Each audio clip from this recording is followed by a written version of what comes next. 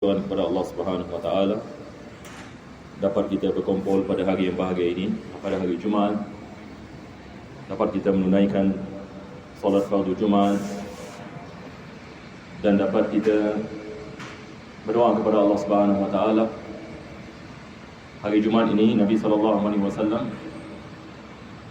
mengatakan bahawasanya ada sesuatu saat ini di dalamnya yang apabila seorang hamba berdoa kepada Allah, Allah akan mengkabulkan. Maka sebahagian daripada ulama kita di dalam mazhab Imam Syafi'i secara khusus, mereka mengatakan waktu tersebut adalah apabila khatib duduk di antara dua khutbah. Ini apabila khatib ini duduk di antara dua khutbah, ini adalah daripada masa yang dikenali sebagai sa'atul istijabah. Sa'atul istijabah. Maksudnya dia adalah masa yang mana apabila kita berdoa Allah pasti akan mengkabulkan. Jadi ini adalah daripada amalan kita tiap-tiap minggu. Apabila ini khatib ini duduk, biasa kita mendatangkan istighfar. Daripada doa yang paling afdal yang dilakukan oleh seorang muslim adalah meminta keampunan daripada Allah Subhanahu Wa Taala. Jadi kita memanjatkan kesyukuran dapat kita melalui masa-masa yang barakah. Dan insya-Allah kita mengharapkan pengajian kita menjawab kemusyrikan agama menjadi sesi yang mana dengannya Allah mengampunkan segala dosa dan Allah mengabulkan segala hajat dan memberikan kepada kita syifa daripada segala jenis penyakit zahir dan batin dan memberikan kepada kita husnul khatimah, amin ya rabbal alamin. Soalan yang pertama menanyakan, soalan ini dalam bahasa English. Assalamualaikum Ustaz. Waalaikumsalam. May I ask, in accordance to Hanafiya, what is the hukum of selling alcohol in a non-Muslim country to non-Muslims? This question is asking about the ruling of selling alcohol to non-Muslim in a non-Muslim country. So there are two things here. Number one, any question is asking, what is the ruling of selling alcohol? Point number one. Number two, that is sale of alcohol and it is done in a non-Muslim country. So the questioner is asking, what is the viewpoint of the Hanafiya? Hanafiya meaning he refers to the madhab of Imam Abu Hanifa. They are known to be the Hanafiya. Before we speak in the madhab of Imam Abu Hanifa in this issue, it is important for us Muslims to understand that it is not permissible to sell alcohol. It is not permissible for a Muslim to sell any alcohol and to take any from the profit of selling any alcohol for him to benefit from. It is not any permissible.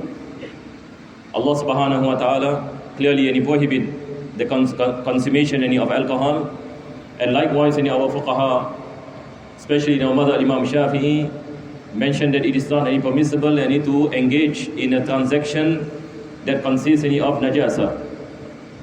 And alcohol not only it is a form of najis, where if you engage in a transaction, it is not valid. Point number one. Number two, alcohol is ummul khaba'is. Our ulama mentioned alcohol ummul khaba'is. It is the source of evil, and if you were to translate literally, the source of evil.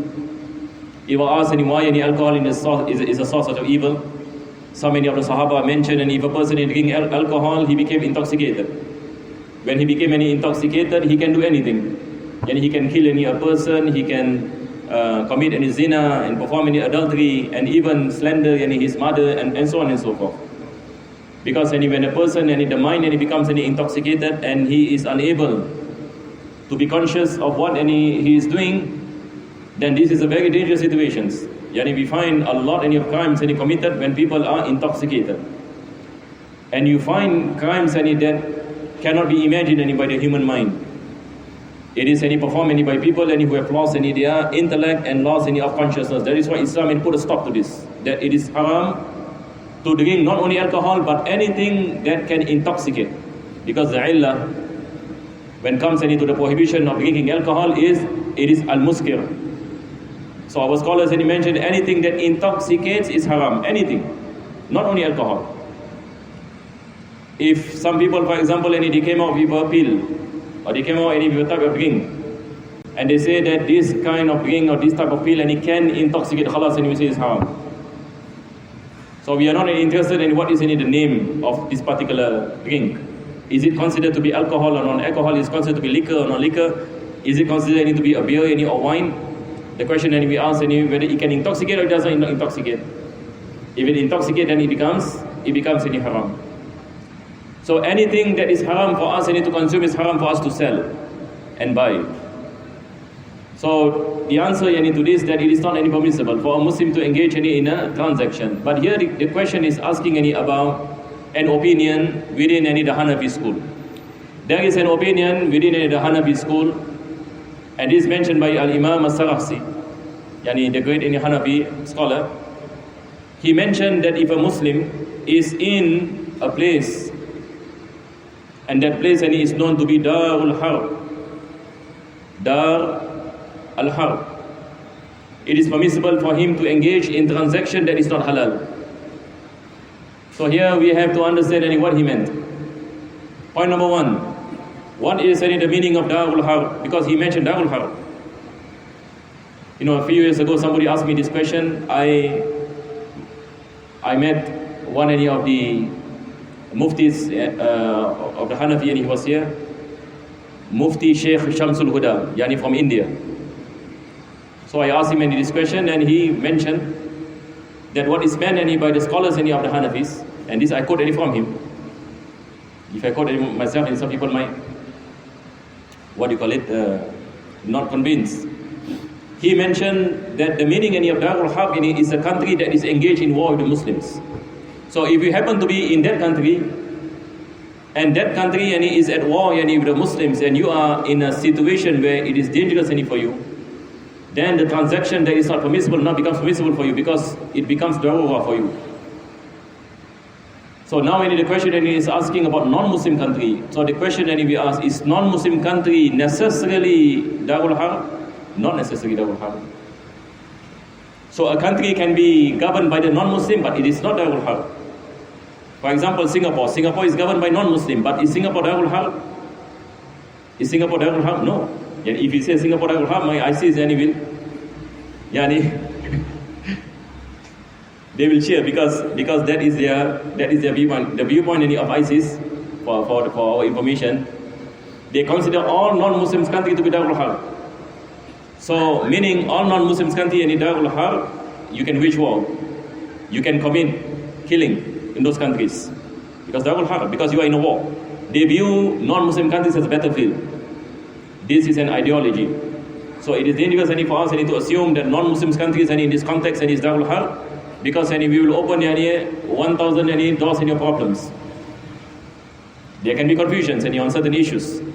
So the Hanafi and his scholars, like Al-Imam As-Sarakhsi, he mentioned that this is Darul Harb.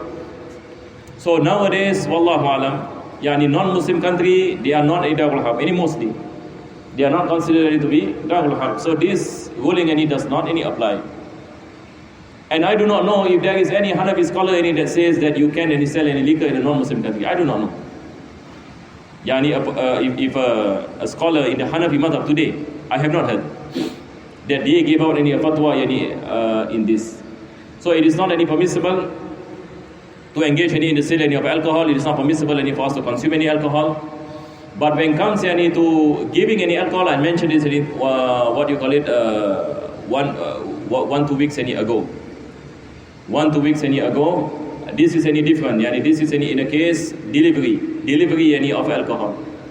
So it is different than you selling alcohol. Can you see the difference?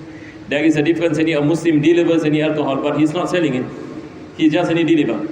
And a person who open a shop, alcohol shop, and sells alcohol, it's not the same. So it is not permissible for a Muslim to sell alcohol and to engage in those kind of transactions. Wallahu a'lam bis-shawab. Soalan kedua dalam bahasa Melayu menanyakan, Assalamualaikum Ustaz. Waalaikumsalam. Apakah hukum membangunkan orang yang tidur untuk solat fardu? Tidak berdosa untuk mereka yang meninggalkan solat itu kerana mereka tergolong dalam mereka yang terangkat pinanya. Apa pula hukum bagi kita yang membiarkan seseorang itu tidur kerana kesian? Soalan ini menanyakan apakah hukum membangunkan orang untuk melakukan salat. Maka kita kena lihat ini kepada orang tersebut. Kalau sekiranya orang tersebut itu keuzurannya terkena yang ke atasnya, disunatkan. Kalau sekiranya orang tersebut yang keuzuran terkena ke atasnya, sebagai misal dia tidur yang sebelum masuk waktu, dia tidur yang sebelum ini masuk waktu, maka sekarang kita ada hadis Nabi SAW berkenaan dengan keuzuran. Ada orang keuzuran, maksudnya kalau dia tidak melakukan salat, keuzuran. Tapi biasa ulama kita mengatakan jangan kita sampaikan ini kepada orang awam. Tapi zaman sekarang Masya Allah orang awam semua dah tahu dah, saya rasa. Daripadanya adalah satu orang tidur. Adakah tidur ini keuzuran? Ulama kita mengatakan keuzuran, tapi dengan syarat dia tidak sengaja. Sebab ada orang yang dia dah plan dah, dia sengaja tidur lambat. Dia mengatakan kalau tidur siang ada chance terbangun. Jadi dia sengaja, dia mengatakan tiap-tiap hari tidur 3 pagi. Confirm tak bangun. Bangun yang ini mungkin yang ini pukul 8 pagi sebagai misal. Ini haram kita mengatakan. Ini berdosa. Orang seperti ini wajib kita bangunkan dia.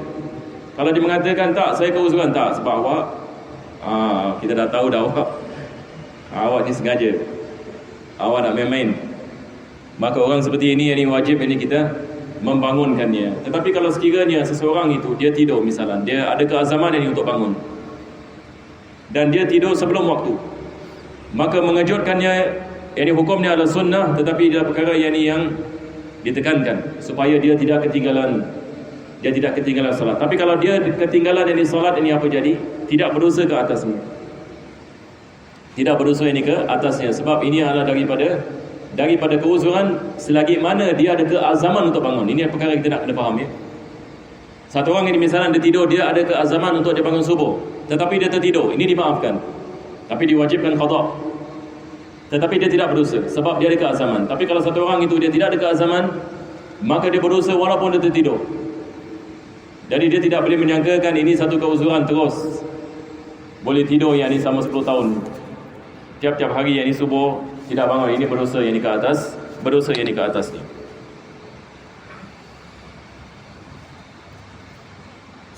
Next question, soalan tersebut seterusnya dalam bahasa English. Agak panjang sih soalan ini, saya ringkaskan. Ada berapa how many minutes already?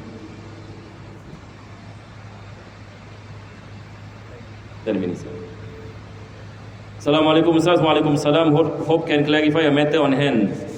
The situation, wife wants to go for an optional work trip overseas for 11 days with 3 colleagues, 2 men and another woman. Now the husband doesn't allow her to go as it's optional, and the other is there is another 2 men following. So of course the husband feels insecure. If the wife still insists on going and eventually left despite the husband saying no, is it a sin for the wife? How do the husband put it into Islamic context to explain to her? Cause it seems everything the husband said the wife's thoughts were only about jealousy. So this question is about the issue of a wife wanting to go overseas with her colleagues non-mahram, 2 men and 1 woman. So the husband doesn't want the wife to go, because the husband feels it's not right for a woman who is married to go out with men non-mahram on overseas trip. Anything can happen. So the husband say no, but the wife insists. The wife left the husband. So what is the ruling here? We say it's haram on the wife. It is not permissible for the wife to leave, because the husband now has the right to inform the wife that number one, it is not appropriate for her. It is not permissible for a lady non-mahram to go out overseas with men who are non-mahram. This is not permissible. And if the husband does not allow her, then she is obliged to obey the husband. But if she goes, then she's nushuz. In fact, we have this ruling that she's nashiza.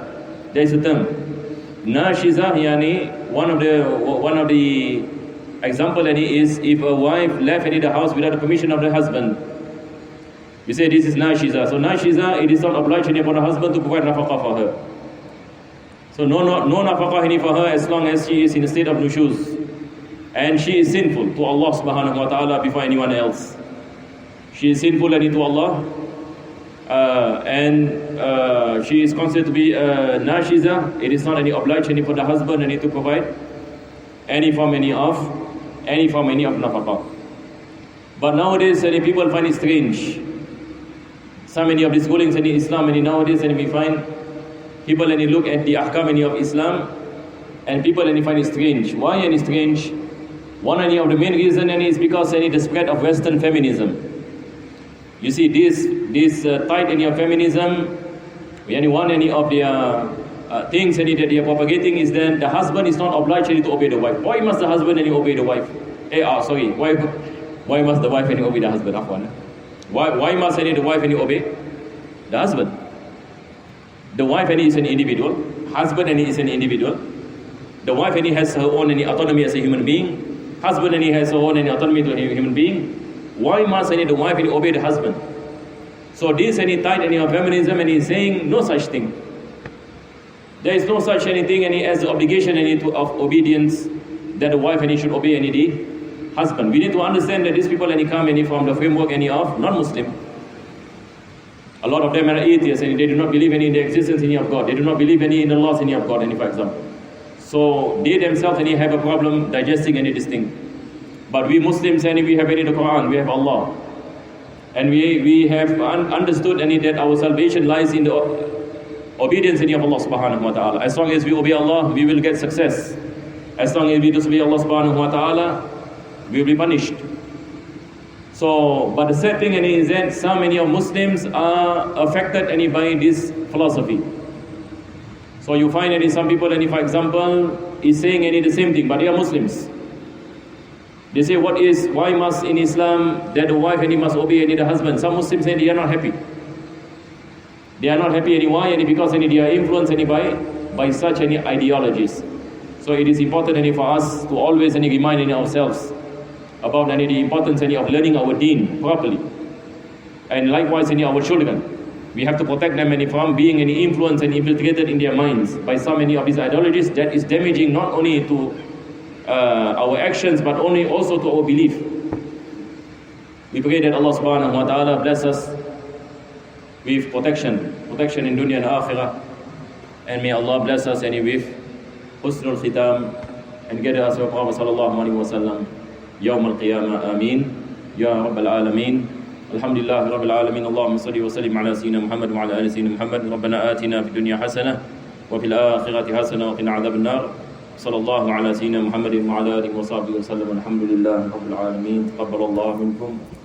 Assalamu alaikum wa rahmatullahi wa barakatuh.